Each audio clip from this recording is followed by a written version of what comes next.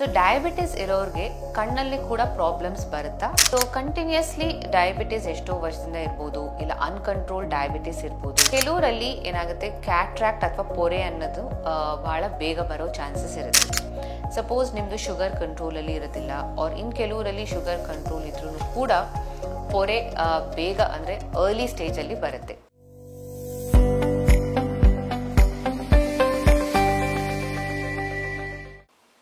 Hi, ನಾನು doctor Sanjana Vatsa. ನಾನು cornea and refractive surgeon practising at doctor Agarwal's eye hospital in Indiranagar, Bangalore.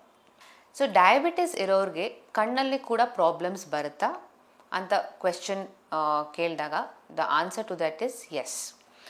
So continuously diabetes ಎಷ್ಟೋ ವರ್ಷದಿಂದ ಇರ್ಬೋದು, ಇಲ್ಲ ಅನ್ಕಂಟ್ರೋಲ್ ಡಯಾಬಿಟಿಸ್ ಇರ್ಬೋದು. ಸೊ ಅವರಲ್ಲಿ ಕಣ್ಣಿನ ಪ್ರಾಬ್ಲಮ್ಸ್ ಕೂಡ ಬರೋ ಚಾನ್ಸಸ್ ಇರುತ್ತೆ. ಸೊ ಯಾವ ಥರ ಪ್ರಾಬ್ಲಮ್ಸ್ ಬರುತ್ತೆ ಅಂತ ನೀವು ನೋಡಿದಾಗ, right from the front part ಅಂದರೆ ಕಾರ್ನಿಯಾ ಅಂತ ಹೇಳ್ತೀವಿ ಅಥವಾ ಕರಿಗುಡ್ಡೆ ಅಂತ ಹೇಳ್ತೀವಿ, ಅಂದರೆ ಬ್ಯಾಕ್ ಪಾರ್ಟ್ ರೆಟಿನಾ ಅಂತ ಹೇಳ್ತೀವಿ. ಸೊ ಫ್ರಂಟಿಂದ ಬ್ಯಾಕ್ ತನಕನೂ ಕೂಡ ಇಟ್ ಕ್ಯಾನ್ ಅಫೆಕ್ಟ್. ಸೊ ಕೆಲವರಲ್ಲಿ ಏನಾಗುತ್ತೆ, ಕ್ಯಾಟ್ರಾಕ್ಟ್ ಅಥವಾ ಪೊರೆ ಅನ್ನೋದು ಭಾಳ ಬೇಗ ಬರೋ ಚಾನ್ಸಸ್ ಇರುತ್ತೆ. ಸಪೋಸ್ ನಿಮ್ಮದು ಶುಗರ್ ಕಂಟ್ರೋಲಲ್ಲಿ ಇರೋದಿಲ್ಲ, ಆರ್ ಇನ್ ಕೆಲವರಲ್ಲಿ ಶುಗರ್ ಕಂಟ್ರೋಲ್ ಇದ್ರೂ ಕೂಡ ಪೊರೆ ಬೇಗ ಅಂದರೆ ಅರ್ಲಿ ಸ್ಟೇಜಲ್ಲಿ ಬರುತ್ತೆ. ಕೆಲವ್ರಿಗೆ ನಾರ್ಮಲಿ 60, 65, 70 ಇಯರ್ಸಲ್ಲಿ ಬರೋವಂಥದ್ದು ಡಯಾಬಿಟಿಕ್ಸ್ಗೆ ಅರ್ಲಿ ಸ್ಟೇಜಲ್ಲಿ ಬರೋ ಚಾನ್ಸಸ್ ಇರುತ್ತೆ. ಅದು ಪೊರೆ ಬಂದಾಗ ಕಣ್ಣು ಬ್ಲರಿಂಗ್ ಆಗೋದು, ಮತ್ತು ಲೈಟ್ ಸೆನ್ಸಿಟಿವಿಟಿ ಆಗೋದು, ಬ್ರೈಟ್ ಲೈಟ್ ಹೋದರೆ ಕಣ್ಣು ಓಪನ್ ಮಾಡದೇ ಇರೋಕ್ಕಾಗದೇ ಇದ್ದದ್ದು, ಅಂಥ ಪ್ರಾಬ್ಲಮ್ಸ್ ಬರೋ ಚಾನ್ಸ್ ಇರುತ್ತೆ. ಆ್ಯಂಡ್ ಮೋಸ್ಟ್ ಇಂಪಾರ್ಟೆಂಟ್ಲಿ ಡಯಾಬಿಟಿಕ್ಸಲ್ಲಿ ನರ ಚೆಕಪ್ ಮಾಡೋದು ವೆರಿ ಇಂಪಾರ್ಟೆಂಟ್. ಏಕೆಂದರೆ ಇದರಲ್ಲಿ ಒಂದು ಕಂಡೀಷನ್ ಕಾಲ್ಡ್ ಡಯಾಬಿಟಿಕ್ ರೆಟಿನೋಪತಿ ಅಂತ ಹೇಳ್ತೀವಿ. ಆ ಡಯಾಬಿಟಿಕ್ ರೆಟಿನೋಪತಿ ಅಂದರೆ ಕಣ್ಣಿನ ನರದಲ್ಲಿ ಬರೋವಂಥ problem which is related to diabetes.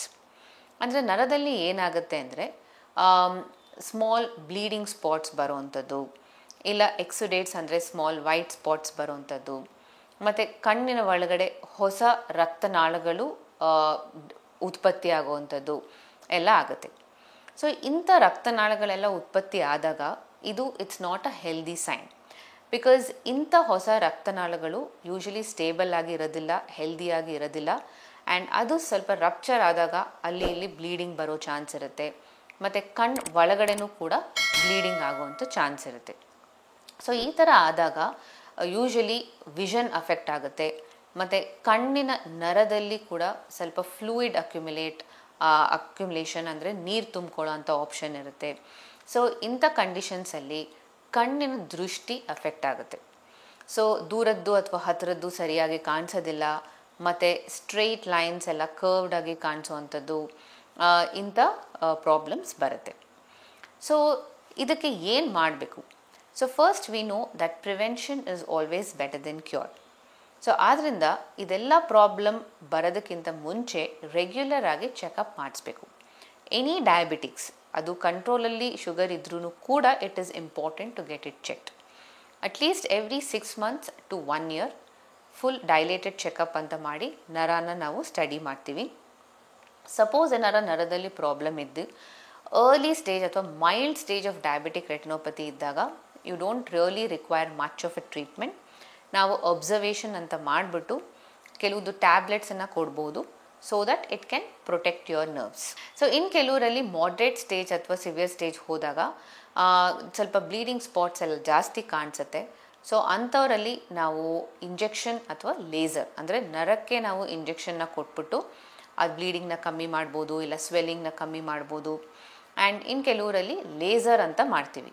So ಈ ಲೇಸರ್ ಅಂತ ಮಾಡೋದ್ರಿಂದ ಹೊಸ ರಕ್ತನಾಳಗಳು ಉತ್ಪತ್ತಿ ಆಗೋದನ್ನು ಕಂಟ್ರೋಲ್ ಮಾಡ್ಬೋದು. ಆ್ಯಂಡ್ ಇನ್ನು ಕೆಲವರಲ್ಲಿ ಬ್ಲೀಡಿಂಗ್ ಜಾಸ್ತಿ ಆದಾಗ ನಾವು ಇಂಥ ಪ್ರೊಸೀಜರ್ಸ್ ಎಲ್ಲ ಮಾಡಿ ಟ್ರೈ ಮಾಡ್ತೀವಿ. ಸಪೋಸ್ ಇದರಲ್ಲಿ ಕಡಿಮೆ ಆದರೆ ಫೈನ್, ಇಲ್ಲ ಅಂದರೆ ಸರ್ಜರಿ ಬೇಕಾಗ್ಬೋದು. ಸರ್ಜರಿ ಮಾಡಿಬಿಟ್ಟು ಒಳಗಡೆ ಇರೋವಂಥ ಬ್ಲಡ್ನ ನಾವು ರಿಮೂವ್ ಮಾಡಬೇಕಾಗುತ್ತೆ. So this is severe stage. So ಅಲ್ಲಿಯವರೆಗೂ ಹೋಗುವಂಥದ್ದನ್ನು ಅವಾಯ್ಡ್ ಮಾಡಬೇಕು. ಸೊ ಆದ್ದರಿಂದ ರೆಗ್ಯುಲರಾಗಿ ಚೆಕಪ್ ಮಾಡಿಸಿ ಮತ್ತು ಬ್ಲಡ್ ಶುಗರ್ನ ಕಂಟ್ರೋಲಲ್ಲಿ ಇಟ್ಕೊಳ್ಳೋದು it's very very important. And regular ophthalmologist ಚೆಕಪ್ನ ಮಾಡಿಸಿ ನರ ಚೆಕಪ್ ಎಲ್ಲನೂ ಮಾಡಿಸೋದ್ರಿಂದ ನಿಮ್ಮದು ನರ ಹೆಲ್ದಿ ಕಂಡೀಷನಲ್ಲಿ ಇದೆಯಾ ಅಂತ ಗೊತ್ತಾಗುತ್ತೆ. ಆ್ಯಂಡ್ ಸಪೋಸ್ ಏನೇ ಕನ್ಸರ್ನ್ ಇದ್ರೂ ಕೂಡ it has to be treated at the early stage so that severity ಆಗೋದಿಲ್ಲ. ಆ್ಯಂಡ್ ಆಲ್ಸೋ ನೀವು ದೃಷ್ಟಿನ ಚೆನ್ನಾಗಿ ಪ್ರೊಟೆಕ್ಟ್ ಮಾಡ್ಕೋಬೋದು. ಲೇಟೆಸ್ಟ್ ಹಾಗೂ ಇಂಟ್ರೆಸ್ಟಿಂಗ್ ಸುದ್ದಿಗಳಿಗಾಗಿ ಬಾಸ್ ಟಿವಿ ಕನ್ನಡ ಚಾನೆಲ್ನ ಸಬ್ಸ್ಕ್ರೈಬ್ ಮಾಡಿ. ಹಾಗೆಯೇ ಬೆಲ್ ಐಕಾನ್ ಪ್ರೆಸ್ ಮಾಡಿ. ಇದರ ಜೊತೆಗೆ ಫೇಸ್ಬುಕ್, ಇನ್ಸ್ಟಾಗ್ರಾಮ್, ಎಕ್ಸ್ ನಲ್ಲೂ ಮಿಸ್ ಮಾಡದೆ ಫಾಲೋ ಮಾಡಿ.